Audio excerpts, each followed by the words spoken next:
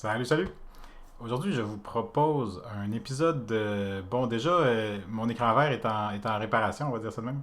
Fait que j'ai mis un petit poster de Mob Psycho 100 pour rendre ça visuellement intéressant. Espérant que ça fonctionne. Vous m'en direz des nouvelles, je sais pas. Mais bref, qu'est-ce qu'on regarde aujourd'hui? C'est Black Mirror. Et Black Mirror est une série anglaise de science-fiction anglaise d'Angleterre de science-fiction moderne. Donc, ça a commencé en 2011. Je crois que ça a duré jusqu'en 2019, si ça se trouve. Si on compte le film Bandersnatch, que j'ai pas vu. Mais bref, donc je vais vous parler des 5 premières saisons qui sont sorties, et non de la sixième, qui n'est pas encore sortie à ce jour. Et pourquoi je vous parle de ça aujourd'hui? Euh, Parce que c'est super bon. Parce que moi, je pense que c'est super bon. C'est super moderne, mais il y a un petit côté intemporel, comme on va le voir là, comme on va le voir dans les émissions. Oh, boum, on va le voir. Euh, donc, je vais juste y aller dans le fond, émission par émission. Puis après ça, je vais essayer de faire un top 3 euh, qui devrait être pas trop difficile en réalité. Mais si vous avez vu la série, vous savez à quoi vous attendre. Si vous n'avez pas vu la série, euh, je dirais que c'est. Comment dire ça? C'est super bon. Faut se pitcher là-dessus. Mais les épisodes sont tous différents. Donc, c'est pas une suite. Ça ne se suit pas, là. C'est séparé. Il y a des références ici et là aux épisodes précédents, mais c'est beaucoup plus une mini-série que j'ai l'impression que ça se fait plus en Angleterre. Là. C'est le côté déconnecté de chaque épisode. Là. Donc, chaque épisode est sa propre histoire. Et moi, pourquoi j'aime ça? Ben, parce que c'est comme des nouvelles. Tu sais, les nouvelles de science-fiction, c'est pas mal comme ça que ça fonctionne. Tu sais, chaque petite histoire est séparée des autres. Sauf quand c'est pas le cas. Mais bref, tu sais, épisodique, nouveau personnage à chaque émission, nouvelle intrigue, nouvelle affaire, époque différente. Donc, tout est différent à chaque fois. Donc, ce qui donne la liberté créative, surtout en Angleterre, où ils peuvent faire des épisodes de la longueur que ça leur tente. Ça donne vraiment la liberté créative de faire qu'est-ce qu'ils ont envie de faire pour cet épisode-là. Puis c'est pas mal évident que tous les épisodes sont pas. Ben, j'ai vraiment l'impression que tous les épisodes sont pas réalisés par la même personne. Mais je sais qu'il y a une personne principale, là, dont je vais écrire le nom en bas, qui a écrit ou qui a été impliquée dans la majorité des épisodes. Donc ça, c'est intéressant. Mais globalement, c'est très déconnecté. Donc, allons-y. On rentre dans la saison 1. Donc, dans la saison 1, il y a 3 épisodes. Là, je vais regarder beaucoup à gauche parce que c'est là que. Ben, à votre droite. Parce que c'est là que j'ai la liste des épisodes. Donc, je fais ça en direct. Quand je disais que c'est un petit peu plus improvisé, je vais juste y aller en direct. Je vais couper les E puis les A. Puis on va espérer que ça fasse un épisode. Donc, saison 1, épisode 1, National Anthem. Bon, ça part mal. National Anthem, c'était un pilote. Ça se voit vraiment comme un pilote. Là. C'est vraiment évident que leur but, c'était un peu de choquer l'auditoire. Et ça a marché. Mais je pense que ça marche en tant qu'histoire, mais c'est un petit peu grossier à mon goût. Là, donc, honnêtement, mon conseil, c'est de sauter celle-là. Tout l'épisode porte sur le premier ministre et il y a quelqu'un qui fait chanter le premier ministre dans l'espoir qui. Comment dire ça? Qui fasse de la zoophilie avec un cochon en direct. Donc, ça, c'est pas typique de Black Mirror. Fait que, il n'y a pas de zoophilie dans aucun épisode. Là. Fait que, moi, je dirais sauter celle-là. Là. C'est comme c'était un pilote. Là. Des fois, les pilotes sont un petit peu bizarres. Là. Mais, euh, mais bon, globalement, tu sais, l'histoire est correcte, la structure se tient. C'est juste que, bon, moi, c'est pas le genre de tension qui m'intéresse tant que ça. T'sais. Mais bon, donc sauter celle-là, mais après ça devient pas pire. Bon, 15 Million Merits. Le premier bon épisode. Mais c'est même pas le premier que j'ai vu d'ailleurs. Moi j'ai vu Black Mirror dans un ordre un peu spécial que Netflix avait dans le temps. Là. Donc 15 Million Merits, c'est l'histoire de un gars qui vit dans un bunker souterrain. On sait pas vraiment pourquoi. Ça donne une vibe post-apocalyptique. T'as l'impression que il s'est passé quelque chose parce que tout le monde vit dans un bunker souterrain puis il faut qu'il pédale sur des bicycles, des bicycles d'exercice. Il faut qu'il pédale pour faire pour générer de l'électricité, là, tu sais. Bon, là, vous allez dire, oui, mais ça n'a pas de sens parce qu'il faut qu'ils fassent ça. Mais c'est ça qu'ils font. C'est comme ça que ça marche. On va dire. C'est ça la prémisse. Puis moi, je trouve que si on se pose pas trop de questions, la prémisse, ça marche quand même bien. Donc, c'est ça. Donc, c'est l'histoire d'un gars là-dedans. 15 million merits, c'est le prix que ça coûte pour passer à la télé-réalité. Donc, ce gars-là, au lieu de passer à la télé-réalité, il donne son billet qui coûte 15 millions de mérites. Des mérites, c'est quand tu pédales, là, c'est comme des crédits. Puis ce gars-là, il donne son billet à une fille qui a entendu chanter, puis évidemment, il y a un kick dessus, là, mais euh, il a entendu chanter, puis il trouve qu'elle a une super belle voix, puis qu'elle a le mérite de se faire connaître. Puis passer à la réalité dans ce monde-là, ça donne l'occasion de plus travailler essentiellement, ou de juste vivre de son art. Ce qui est super intéressant comme commentaire social parce que ça donne un peu l'impression que c'est un commentaire sur notre société. Comme toute bonne science-fiction, Black Mirror, c'est majoritairement un commentaire sur notre société, mais là c'est vraiment comme... L'idée c'est à quel point t'es prêt à te ridiculiser pour atteindre tes rêves, puis qu'est-ce que ça vaut l'argent, tout ça. À quoi ça sert vraiment l'argent, t'sais? Est-ce que ça sert à juste avoir des plus grosses affaires, puis tu sais, c'est vraiment une métaphore dans ce monde-là parce que dans ce monde-là, les affaires qui s'achètent, ils vont juste sur leur avatar virtuel, t'sais. Donc, ils interagissent beaucoup en tant qu'avatar virtuel parce que tous les bunkers sont comme déconnectés apparemment. Où ça donne vraiment cette impression-là. Et puis, donc c'est ça. Donc, les choses qui s'achètent ne sont pas réelles. Et bon, moi, en tant que personne plutôt spirituelle, qui est plutôt antimatérialiste, je trouve ça quand même, ça me rejoint pas mal, tu sais, dans le sens que ce soit réel ou pas, tu sais, ça reste que les choses qu'on s'achète pour se distraire dans une réalité quotidienne sont pas toujours. Le fait d'acheter des choses vient pas changer le système de surconsommation qui crée un petit peu notre misère, tu sais, qu'on dit en anglais le rat race, là, donc la course à l'argent. Donc ça vient pas changer ça, tu sais. Puis là, je réalise que ça fait comme 5 minutes que je parle. En tout cas, bref, super bon épisode. Allez-y avec ça. Donc, je vais continuer là-dessus. On va voir où est-ce que ça, où est-ce que ça mène. Bon, Entire History of You. C'est très intéressant. C'est intéressant, mais c'est difficile à réécouter. Donc, c'est l'histoire de un homme qui a un implant visuel qui lui permet de tout enregistrer. Toute la société a cet implant, ce qu'il appelle encore une fois un grain. Et donc, ça leur permet de tout enregistrer et tout mettre en. Tout repasser. Tout repasser à eux-mêmes ou sur des écrans ou tout ça. Et puis donc, c'est un peu une mémoire parfaite et en même temps une façon de prouver n'importe quoi que tu peux avoir vu. T'sais. Et puis cet homme-là pense qu'il décèle un adultère chez sa femme essentiellement. Il pense qu'elle le trompe. Il n'y a pas de preuves, mais il y a les enregistrements vidéo de comportements un peu louches. Puis ça finit par l'obséder. Puis il finit par vraiment aller trop loin. Là. Mais c'est ça. J'ai quand même aimé l'épisode. Je ne le réécouterai pas encore une fois une troisième fois parce que c'est plus l'histoire d'adultère, puis de doute, puis c'est plus une histoire de drame de couple que de technologie d'une certaine façon. Puis donc pas le genre d'histoire qui me fascine tant que ça personnellement. Puis c'est ça. Fait que parce que dans le fond ça parle moins de l'aspect social du truc, même si c'est sous-jacent parce qu'il peut juste faire ses affaires à cause de la technologie, tu sais. Mais ça reste quand même l'histoire d'un homme complètement déraisonnable, tu sais, qui est pas du bon bord de la ligne de paranoïa, là, tu sais. Fait que c'est ça. Intéressant pour ça. Au moins le regarder une fois. Je dirais, regardez-le une fois. Puis, tu sais, si après 15 minutes, vous le sentez pas, c'est probablement pas pour vous. Mais c'est quand même. Je pense que c'est globalement bien ficelé, là, d'après moi. Bon, deuxième saison, premier épisode, Be Right Back.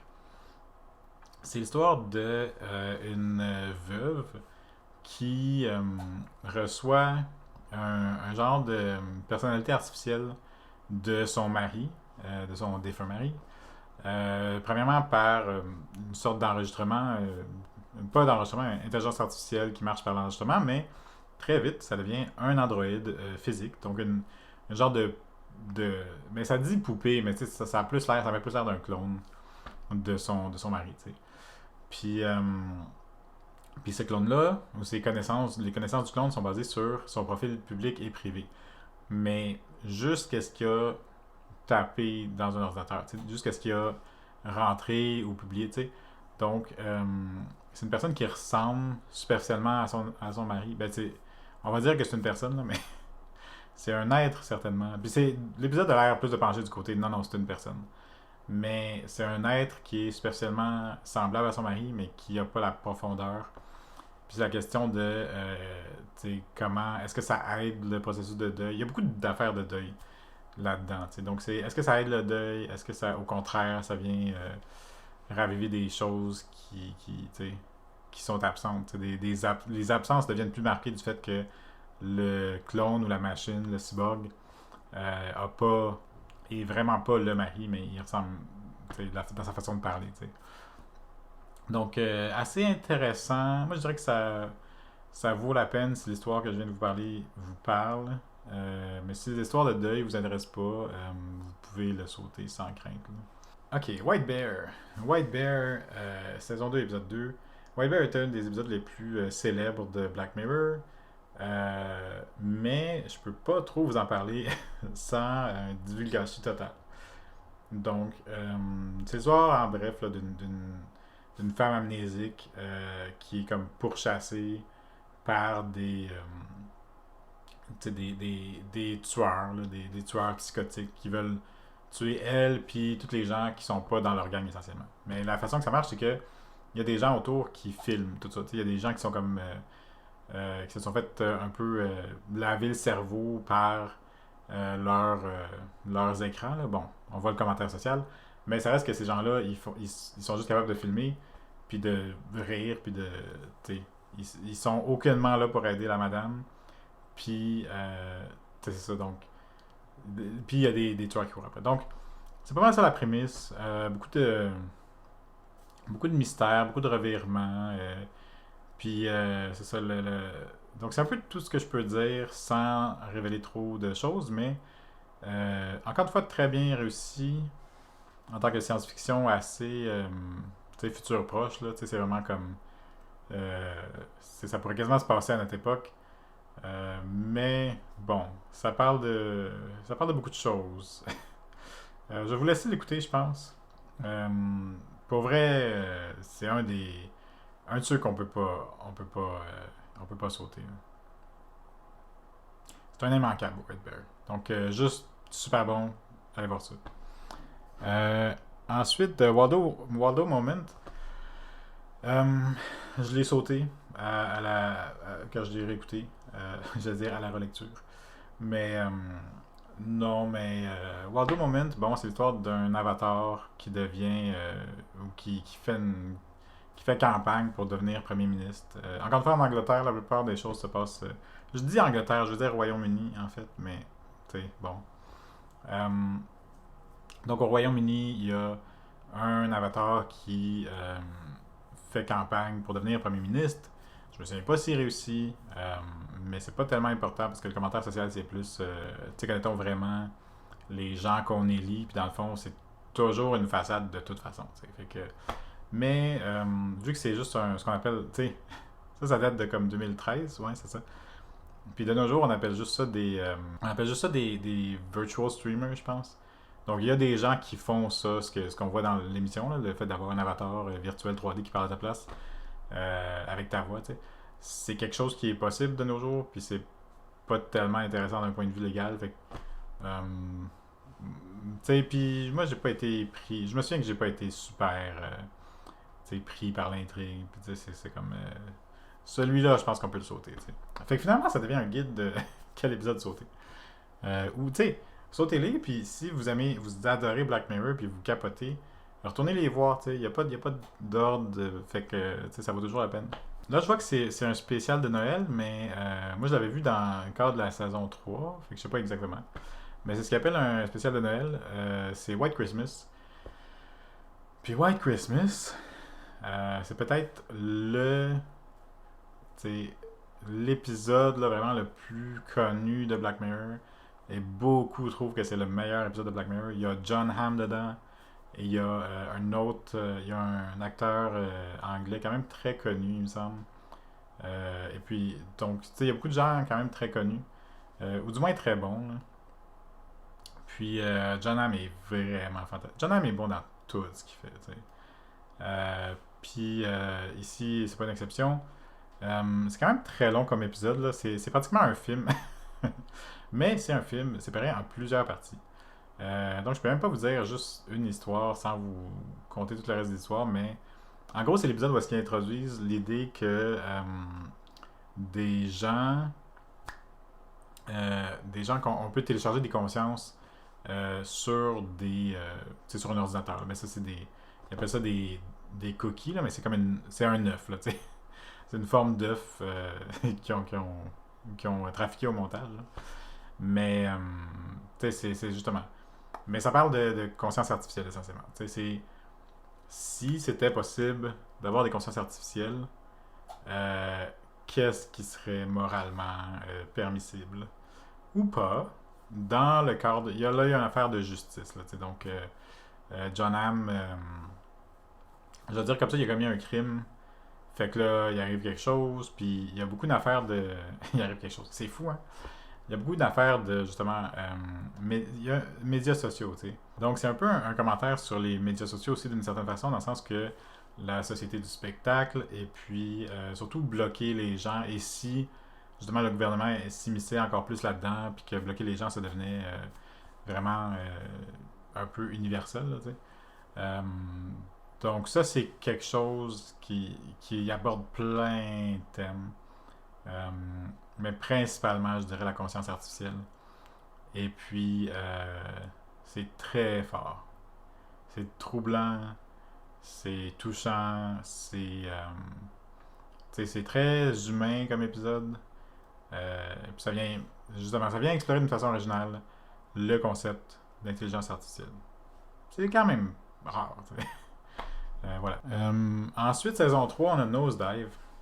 Nosedive est dur à classer parce que c'était très moralisateur quand c'est sorti. Ça parle de médias sociaux, ok? C'est l'histoire d'une fille qui vit dans une société où ton crédit social existe, essentiellement.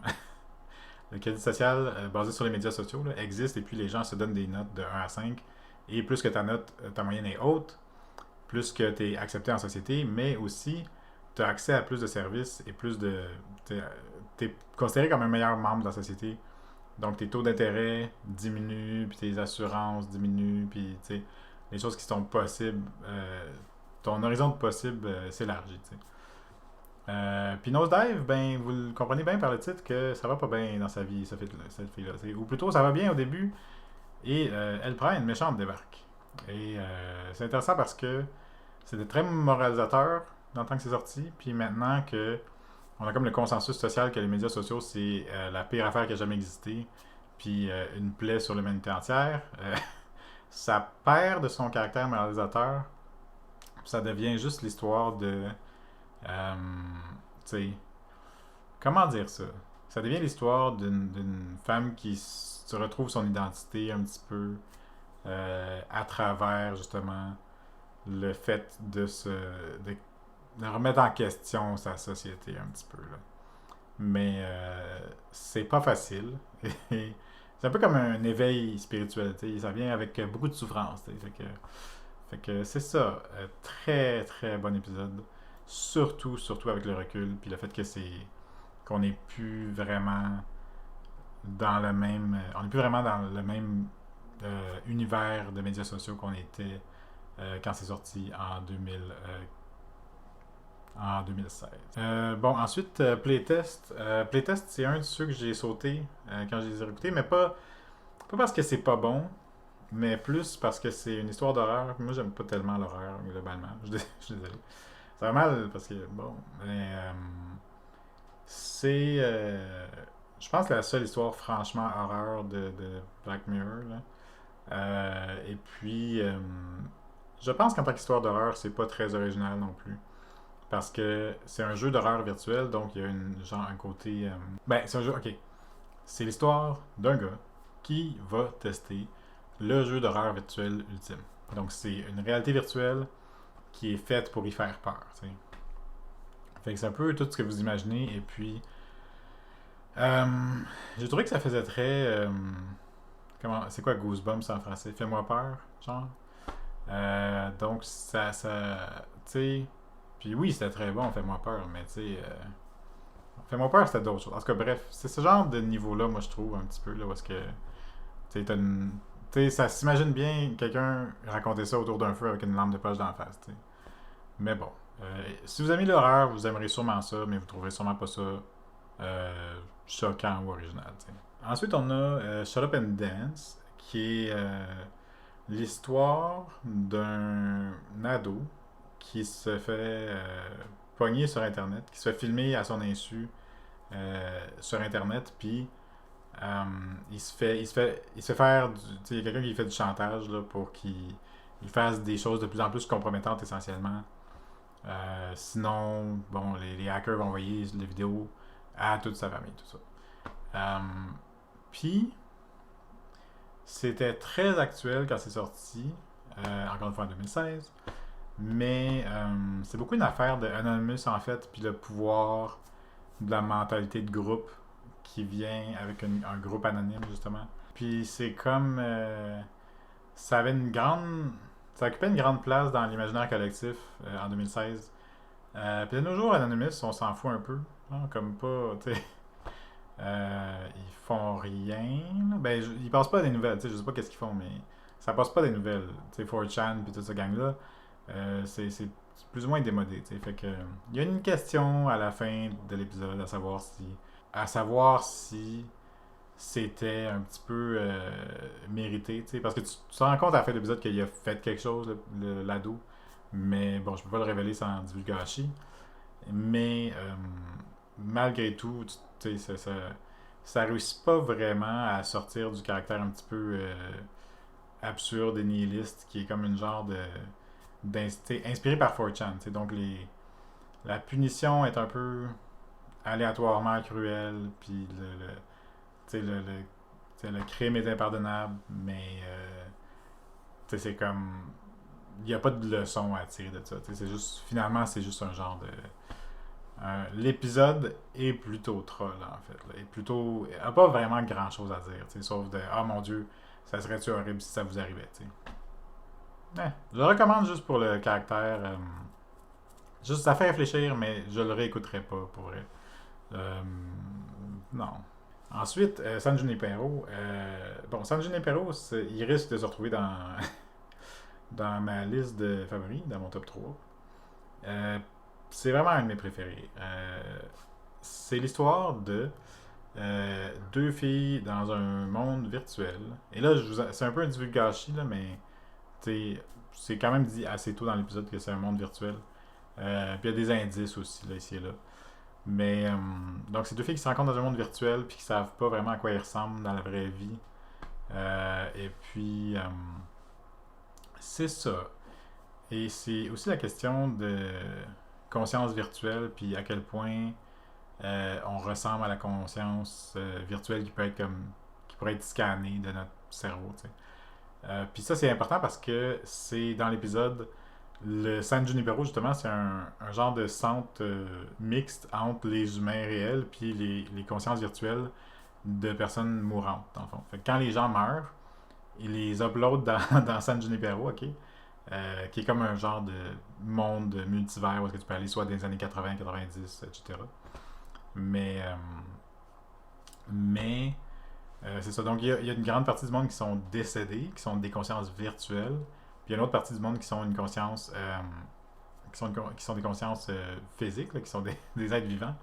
Et puis, ils interagissent. Puis, tu sais, vraiment, la question de technologie n'est pas là du tout. Là, c'est juste comme c'est toutes, ils ont toutes la même intelligence, ils ont toutes l'air vivant. Tu peux pas vraiment savoir lesquels qui sont vivants ou pas. Tu sais.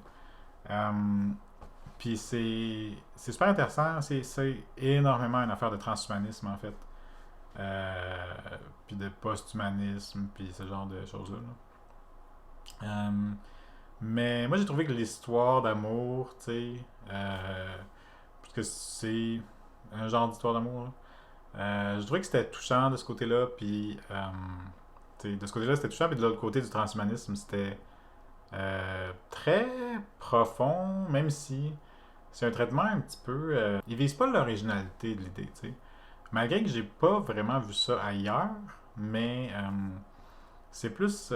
Ça parle plus de la moralité, c'est ça. C'est pas une affaire qui cherche à montrer ah et si le et si est est assez clair et je pense rigoureux d'une certaine façon.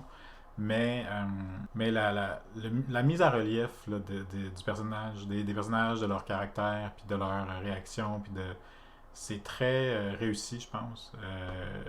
Ou du moins, moi, j'ai trouvé ça réaliste. Donc, je pense que vraiment un de mes préférés, puis je le réécouterais, là, vraiment. Pas parfait, cet épisode-là. Il y a quand même des petites longueurs ici et là, mais tu sais, globalement, si on peut. C'est un peu contemplatif, là, tu sais, si on peut se mettre dans l'esprit de juste apprécier qu'est-ce qu'on regarde visuellement, ça devient. C'est très, très. Ça passe très vite, en fait.